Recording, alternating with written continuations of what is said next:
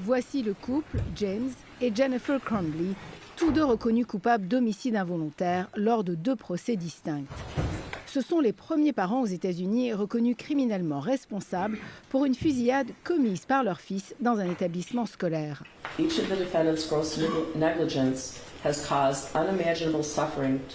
Leur négligence a causé une souffrance inimaginable, dit la juge, en rendant la peine qui est de 10 à 15 ans de prison. C'est sans précédent.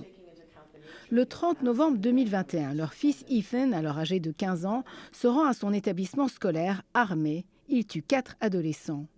On apprend lors du procès qu'il venait de recevoir le pistolet de son père et que sa mère l'avait emmené à un stand de tir.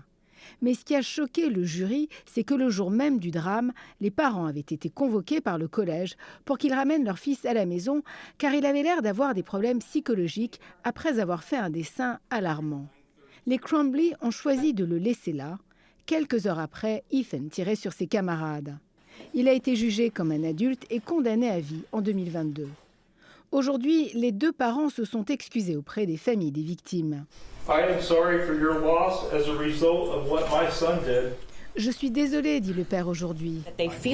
Ils se sentent mal, dit la procureure, c'est normal, mais il n'y a pas eu de remords. Ils n'ont pas reconnu leur faute.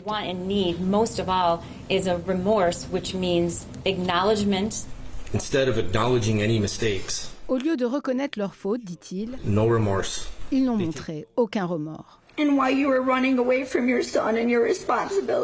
Vous avez fui vos responsabilités, dit la mère d'une victime. J'ai été obligée de faire la pire chose pour un parent, dire au revoir à son enfant.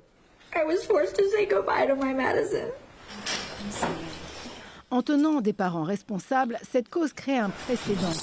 Plusieurs espèrent que cette cause aura un effet dissuasif et qu'elle va prévenir d'autres fusillades sur des campus étudiants.